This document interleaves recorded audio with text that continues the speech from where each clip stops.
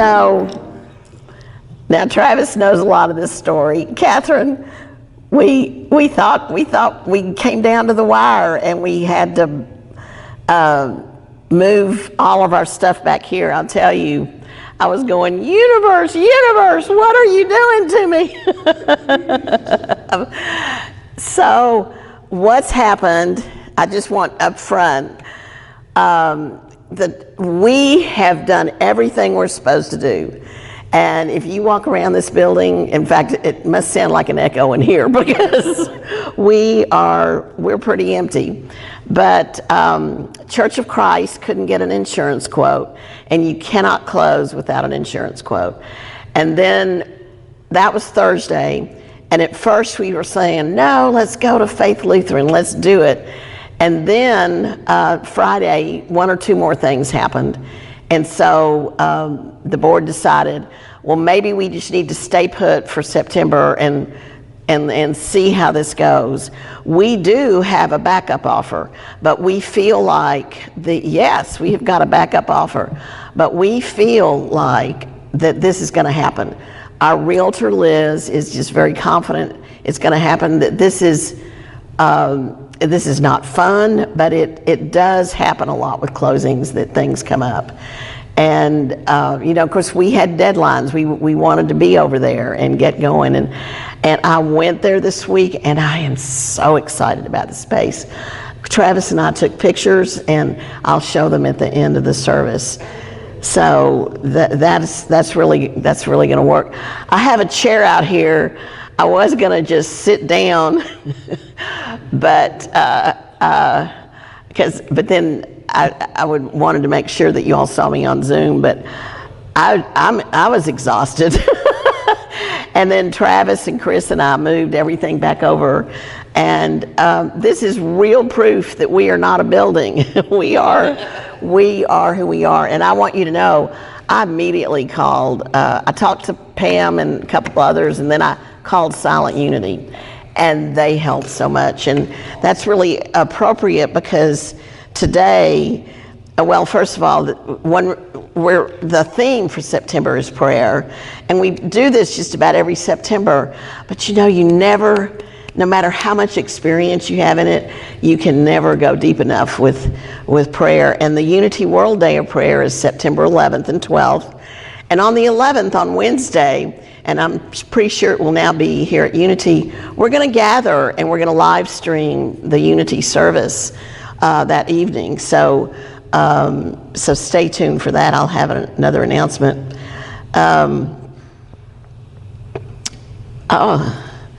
Oh, good morning, come on in. We are still here.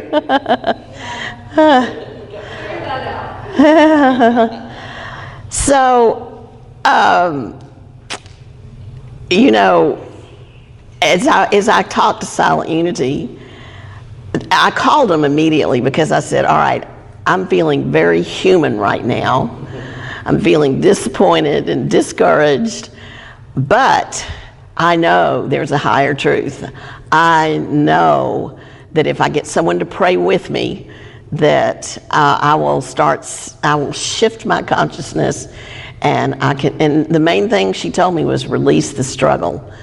And it is true, we create stories, and I'm going to be talking a little bit about that today, but let me bring this down, and hang on a second, I've got to go there, and I got to pin me,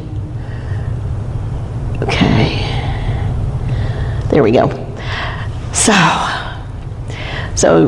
let's just say this. I know sometimes it's hard to believe, but boy, I've been working on this year, and every time I turn to just one presence and power, it does work really well for me. And so let's say it together.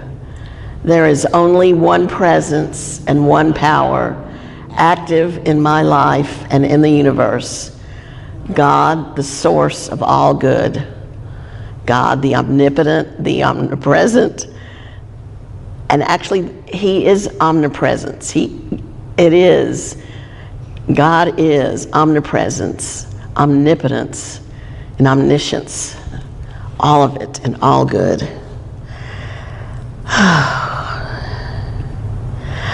Well, I was looking at the daily words this week, and yesterday was restored.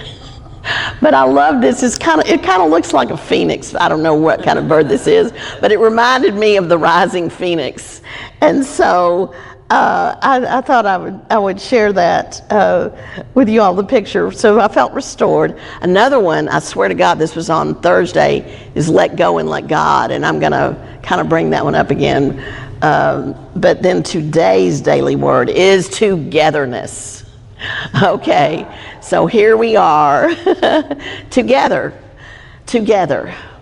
And it doesn't matter about the building, we are together.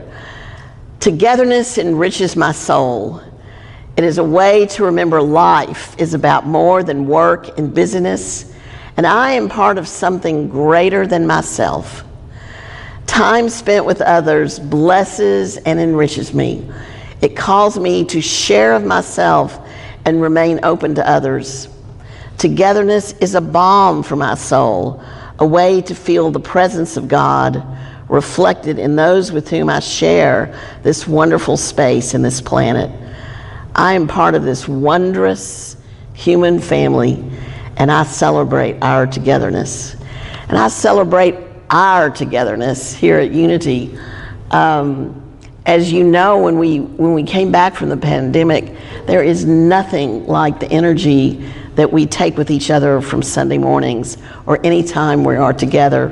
Self-care club, oneness, coming together, it's a beautiful thing. And as I mentioned, I called Silent Unity just right away on Friday.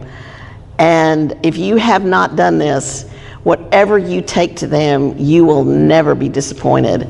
They are wonderful. One thing this gal told me, she said, because I was explaining to her, I said, I'm frustrated because, the outcome I want is not coming my way. And, we're uncertain now, are they going to close or not? But I think we're really mainly certain, you guys. I want to really convey that. But, it just brought up that uncertainty. And she said, guess what? I've been through that. She said, I really do. Our congregation went through trying to sell a building. And the transition, the transition has honestly been pretty smooth for us. But she reminded me that, you're not alone. And just even that on the phone call, that helped. I went, oh, okay. And you came through it. She said, yeah, we came through this. And her prayer was just beautiful. So whatever it is, it could be something big, it could be something small.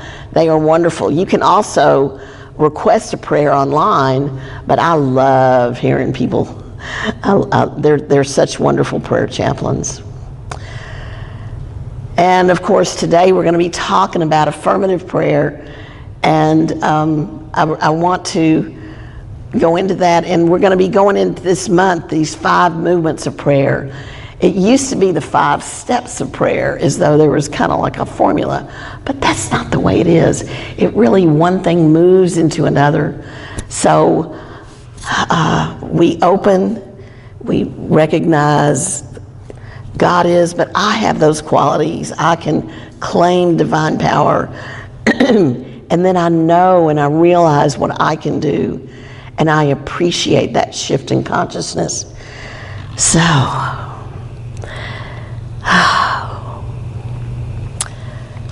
let us stop for a moment.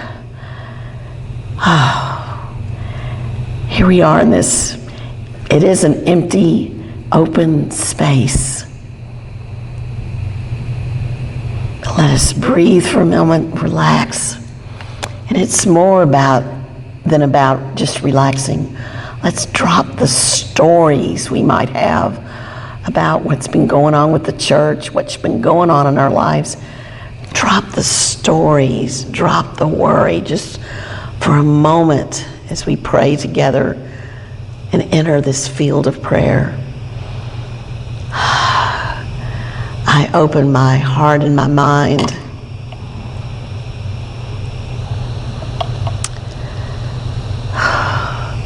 God is life and love and wisdom and strength.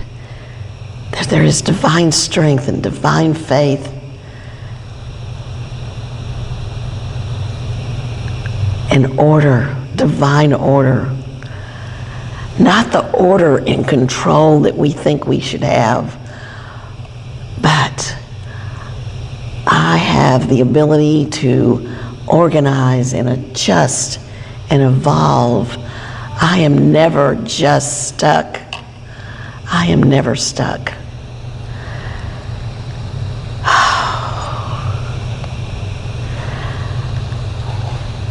I have life and love and wisdom. I can have an understanding that there's something greater than me. I tap in to source.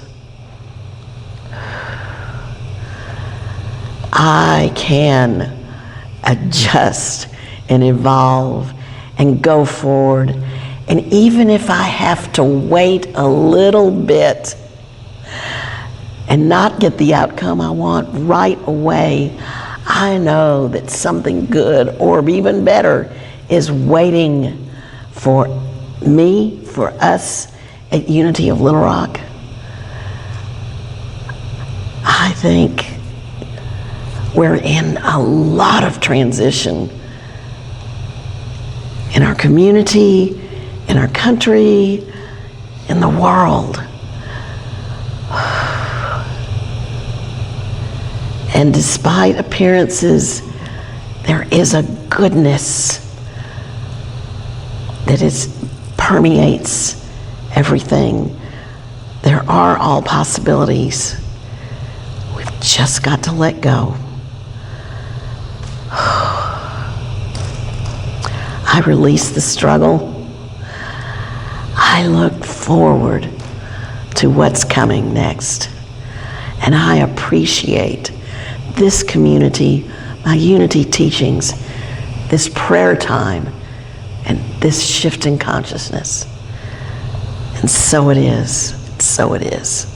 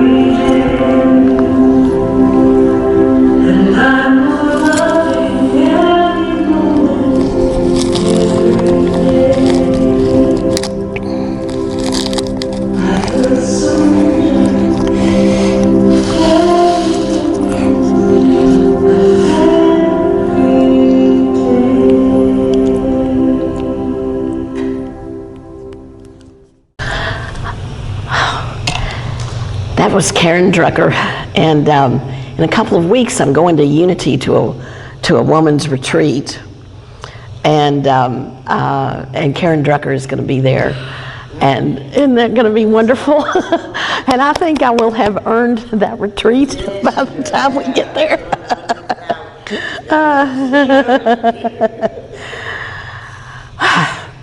Well, on Thursday, and well, particularly Friday, so as I told you, I've called Silent Unity, and of course, divine order came up a lot. and so I just thought, well, when divine order is out of order, or out of our human order, and this is a fractal, a rather chaotic one, and y'all, I'm in mathematics, and a thing about mathematics is chaos theory. And, so a lot of times things do feel chaotic in our world, but there is always an underlying order. It's sort of interesting. And so I just looked up briefly some things about the chaos theory. Don't worry, this isn't gonna be a math class, but there's a saying that when a butterfly flaps its wings in Brazil, there's a tornado in Texas. And the thing of it is, we think of order in our world, and there is a lot of order in our natural world. The seasons, the tides, we can predict eclipses, we can predict so many things, naturally in our world. However, there are systems that have some inherent chaos in them, and one of them, of course, a great one, is weather. Now, as you all know, you get a pretty accurate, the forecasts have become more and more accurate through the years, but we still don't know, And here's the thing about chaos theory. In a system, there are initial conditions, and a very tiny, small change in a system, such as the flap of a butterfly wing, can change the results. And of course, as you go out farther in time, the change becomes even bigger. So, and think about human relationships. Just always in our world, we try to predict how people are going to react and how things are going to happen. But, what are you going to say? And of course, there's that saying, the best laid plans of man often go awry, yeah? So, so we laid down a plan. We took the steps that we needed to, but okay. But see, we're depending on another group, and we're depending on insurance companies. So all these little things can happen, but then you trust that there is a divine order. There's still a divine order, something bigger than me, something I don't know about. So, wait a minute, share. Sorry. Okay.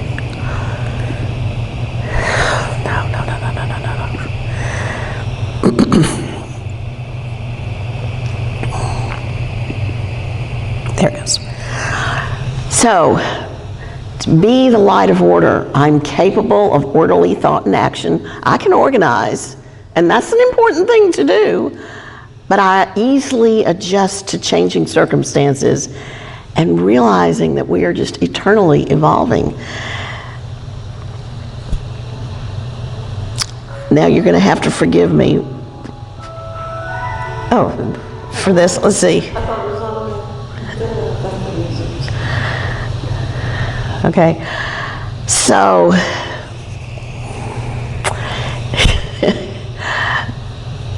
I'm sorry, I didn't get this printed. This has been a chaotic week. This really has been.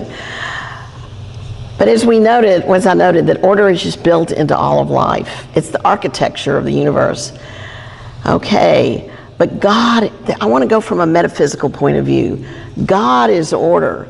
God is the organizing principle revealed in the pattern and sequence that's inherent in all of life. And order is as I said, is my capacity to organize thought and action, to adjust to changes, and to evolve. And when you're centered in order, in divine order, you just get into a flow, and that's the important thing. And the doors open and the next right thing happens. And I was feeling that this whole week, you know, and I kept having to monitor and adjust. I called Rain, come this day, go that day. No, never mind. It was just happening all the time like that. But every time I went, okay, well now I guess I just get a break. This is time to breathe and pause. And it's not a bad thing. The building is really all but empty, but I'm going to show you pictures of Faith Lutheran at the end here, and we're going to just start dreaming. We're just going to, we can get that work started, even though we can't be there quite yet. And they are so generous, you guys. They've given us keys. I think they're going to let us plan and work with them even this month. They are the most generous people. It is going to be a win-win situation.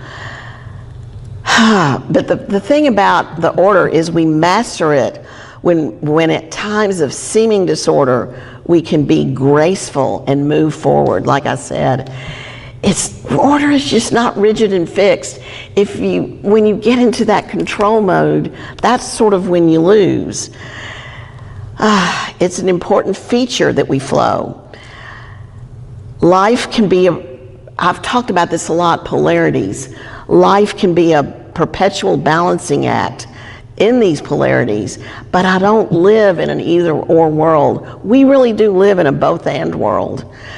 Whenever I reflect I need balance in my life, I'm really acknowledging my desire to adjust to one of the polarities or not. Okay, so we had a little order, we come back to disorder, we want order, but we're constantly moving. It's like a sign of infinity. It keeps going, keeps going. There's light and there's dark and there's order and there's chaos. It's all like that. There's action and there's stillness, and it all appears to oppose each other, but they actually support each other. And you've got to be kind to yourself, because it's impossible to remain in just a balance all the time. But we can flow and adjust. When we realize that there's movements, what we realize is we're not stuck. So, now I know that there's these things about order, but then to hear these qualities of divine order in affirmative prayer spoken by a chaplain at Silent Unity, well, as I said, I just let go of the struggle. And I really connected to a knowing. I just felt, okay, we're okay. I mean, honestly, have you ever felt that shift, that click, like, oh, okay, now I'm back with it. So, okay.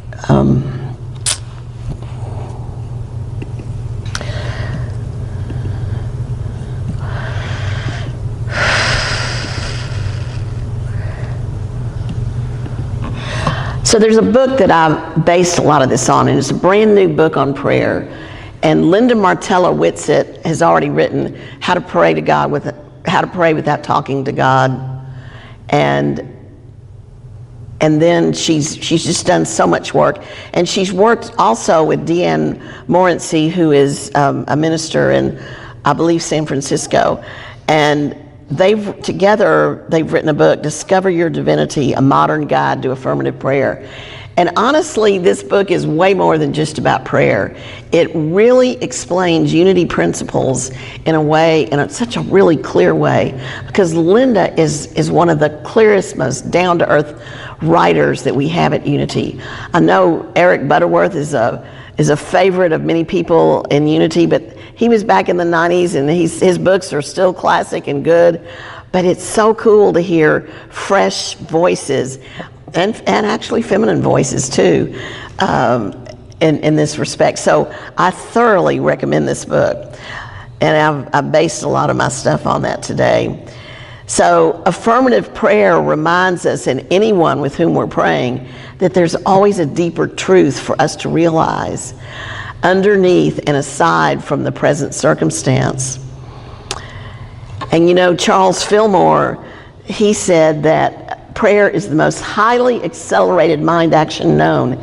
It's the fastest way to change your mind. And when you change your mind, you really kind of change your life too. So, and this really happened to me that day. When I called Silent Unity, all right, I flipped the switch. I was in a different space completely.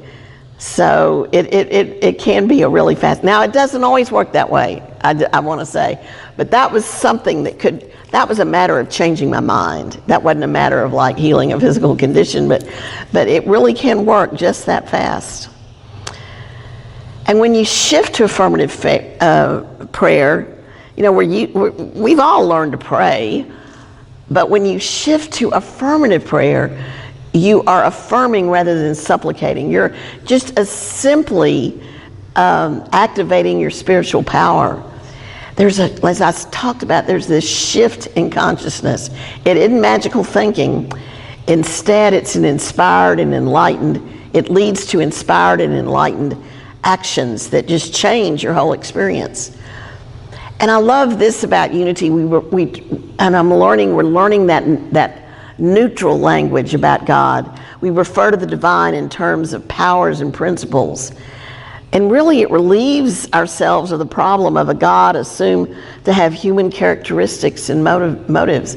I mean, you know, how could a God choose to let a child die or to let Gaza happen? And, you know, but we don't have to anthropomorphize God. God is substance. It's a source.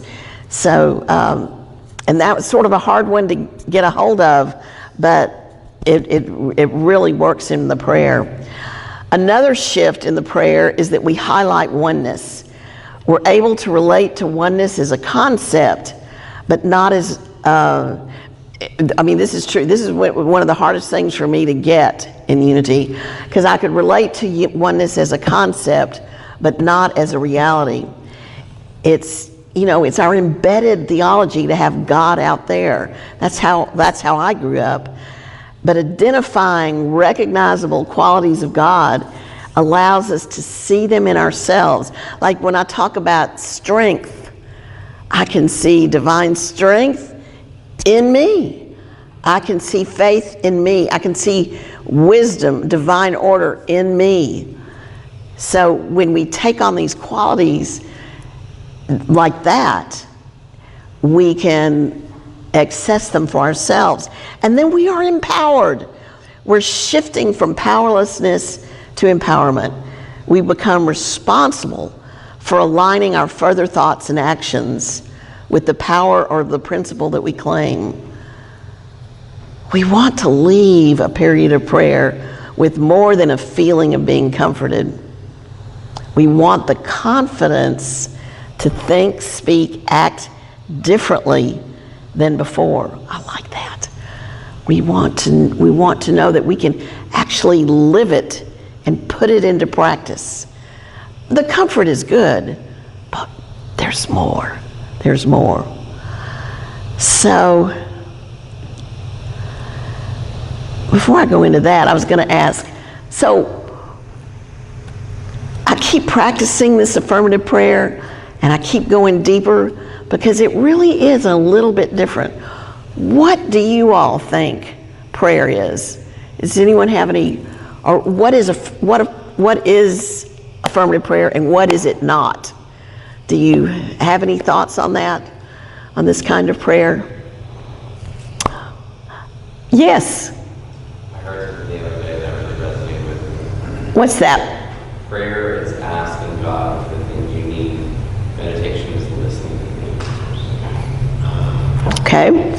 He just said prayer is asking for things you need. Meditation is listening. And you know, meditation, in Unity, meditation and prayer sometimes are hard to separate because there is a period, we kind of go into a meditation because we are receiving. We are receiving and we are getting in touch with our own guidance. Our own guidance. Anyone else? Yes. Excuse me. Affirmative prayer is talking as if it's already there, it's already yours, you already have it. Whereas prayer where you're asking God for it, or affirmative, you're affirming that you already have it. There's a little bit of a difference. That is a big difference. And we talk about the story with Greg Braden about praying rain. But there's that, yes, it's already there.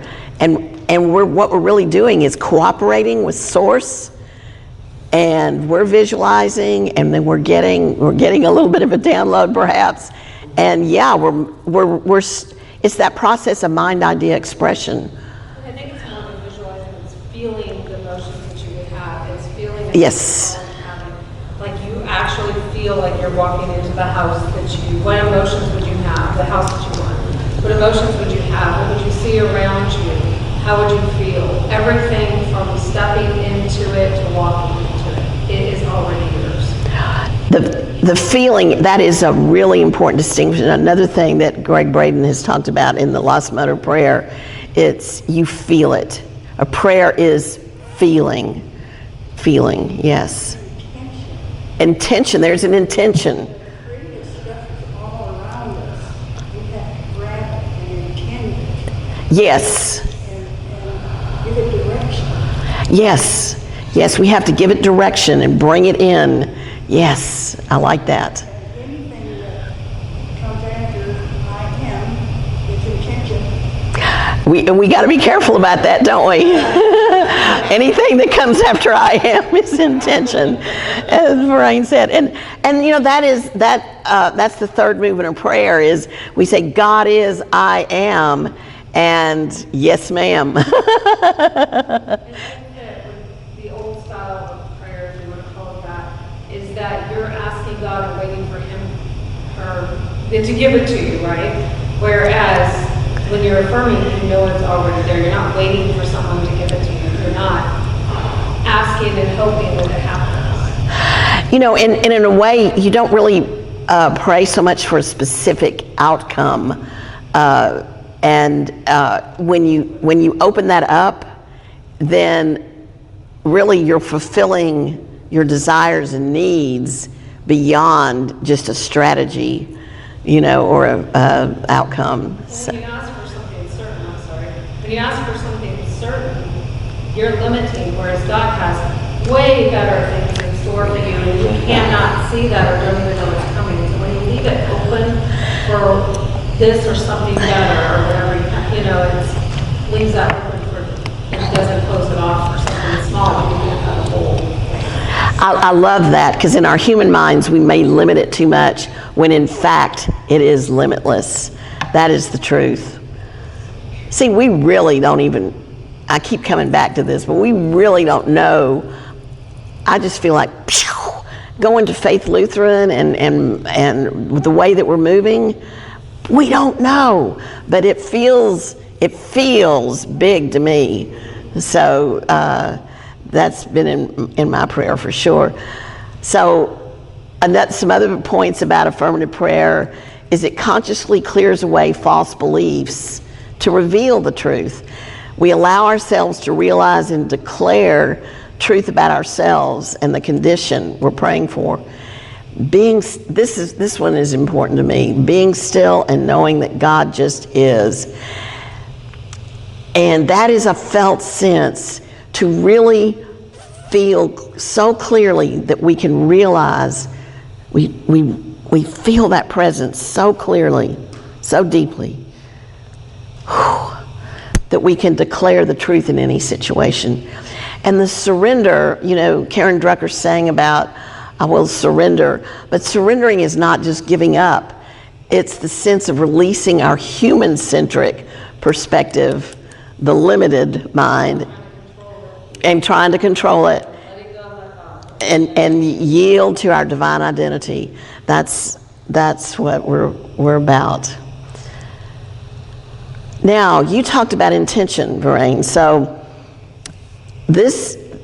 when you're setting this up, we used to pray more about our condition and start from there. But then we need to convert this to the purpose by restating that condition as if it's already changed. So for example, someone says, oh, my back, my aching back, I want that back pain to stop. And then, but the purpose is she's living her life free of any discomfort or pain. Or with what I was praying about, oh my God, everything seems to be going to heck in a handcart with this closure. And I'm feeling so uncertain. So that was my condition and my frustration. But you know, the deal is Unity of Little Rock is strong and moving forward and will end up in the right place at the right time. And see, now that's not specific like it's going to be tomorrow, but it's going to happen. It really is going to happen. So, and I mentioned this, I do a lot of nonviolent communication. And in nonviolent communication, you sort of start with your feeling, like I'm feeling angry, I'm feeling frustrated, but you go to a need, a deeper need underneath it all. And, but for me, in Unity, that would be not a need as in the NVC language, but it would be that deeper truth that's underneath that condition. So that's an important part of it. Now that's not in the 5 movements of prayer. We start with opening. And so today I want to talk a little bit about opening up. And I love, well, I'm going to go back to that spiral image. And I did talk about this. I use this all the time. I need to get a new spiral, but of course I'm a mathematician, so I love the geometry of the spiral. But it suggests a movement. It's just going, and it starts at your center. It starts at our heart. And then we can feel that expansion. And when we get out to I can and I appreciate, bam! It's wonderful. I mean, I just really feel this energy in this movement. So the first thing, and the first step in the traditional way that Charles and Myrtle taught it was to relax. And people thought about, well, we always start with breathing. We relax our body, but it's really more than that. We relax and open our minds to the truth that we're seeking. We want to open our heart to the glory of the light within me. I'm a state of expectancy, ready for my good. So we want to create a space for new understanding. We want to relax into what is possible. See, that's more than just letting go of, it starts with the body. And body's, you know, having your sensations, that's really important. But then as all of it relaxes, the mind, the heart sees limitless, more limitless possibilities. And we've got to be willing, just willing to go there. It's like traveling the 18 inches from mind to heart. It's really important to set the stage. If we're trapped in tense body consciousness, our way is just effectively blocked. So we breathe, we gesture, we let go. Letting go of the stories. Y'all, I was spinning lots of stories at the end of the week. I really was. I'm afraid we sat up here and talked about a lot of stuff. I was spinning some stories. And it's what I've been carrying in my mind and heart, but whew, just let that go. And I love this from Mark Nepo, and you've heard the story about the monkey. In a world that lives like a fist, mercy is no more than waking with your hands open. You know, it's the story of where they trap the monkey. He puts his hand in the jar and he tries to grab, and then he's stuck. He's just absolutely stuck. And so and if you think, make a fist and imagine what you're holding on to. Well, I guess there was rice in the jar. I don't know. I can't remember what the story was, but open your hand, let it go, and feel the relief of opening up. God, we get to where we're so tight, don't we? The presence of God is present, ever present, omnipresent, never absent. Break free of the hold of judgment and blame and worry. Let go and let God be God in you.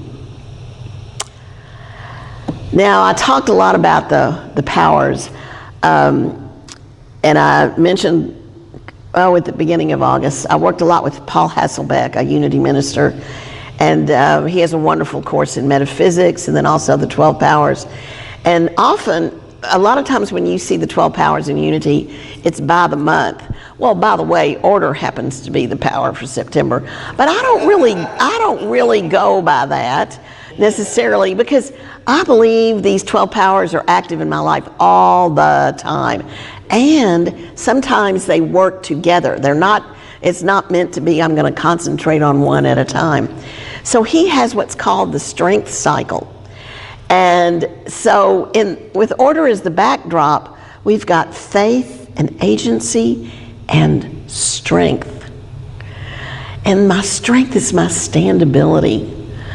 It's my ability also to persevere. See, we're going to be able to make this move. It's my ability to persevere. And then my faith is my positive expectancy. And see it's kind of funny. Originally it was called the power of power, but we can have our own spiritual authority. We can claim that and claim all the powers to work together. So I really kind of like this cycle. And now Linda Martella Whitsitt adds 3 words to each power.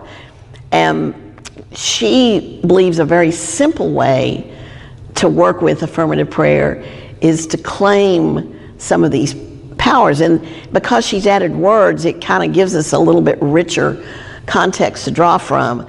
So faith is perspective, conviction, and expectancy. Strength is stability, courage, and tenacity. Agency is concentration, self-mastery, and spiritual authority. And order, and I've talked about that from the beginning, is organization, but also flexible adjustment and evolution. So wow, when all of that works together, y'all, we can claim that in prayer. Man, that brings us to, let's just get into some meditation.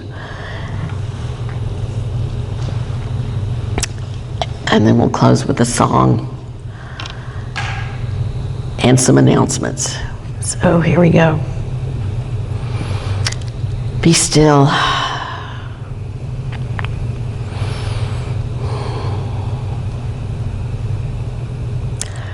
Just feeling the emptiness of this building. But it's such an expansive space. This building is ready for something new, and we bless it and we love it. And we love this space. And we know we've crossed the threshold, and we know we're ready to move on. And we sense the power of this present moment in this empty space. We breathe intentionally, fully, a whole body breath, emerging from our body, emerging in this space. Can you feel? I can feel the building breathe. I don't hear the crackles in the ceiling right now, but I feel the space. Wow. I feel life enlivening me, this group, this gathering, this space. Breathe, flowing in and out. Oh, my heart beating rhythmically and steadily and faithfully. And that is the source. In this space, I feel that rhythmic, faithful, steady beating. It goes out beyond our building. It embraces all that is.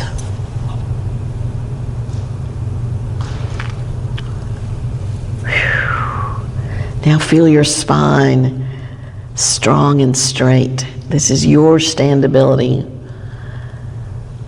Celebrate the divine order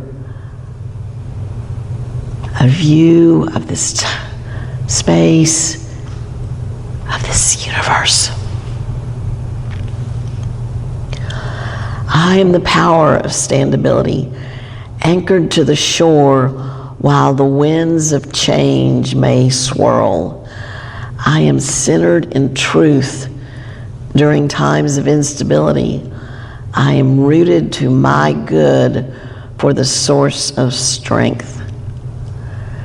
By spiritual strength, I am confident, courageous, and determined, faithful to the truth I know.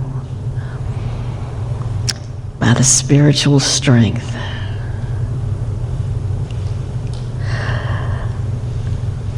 For order, I adjust easily, sensing where to place my attention. I can feel that I am evolving, adjusting. I'm awakened to my ever unfolding consciousness. By the power of order, I follow the clear path. I go through the open door and choose an orderly course of thought and action. I demonstrate conviction and faith by living as love lives, as wholeness lives, as wisdom lives. I am whole and wise. I audaciously trust in universal goodness. Goodness prevails, and I rest deeply in the space of spiritual assurance. By the power of faith, I live in positive expectancy, knowing all is well.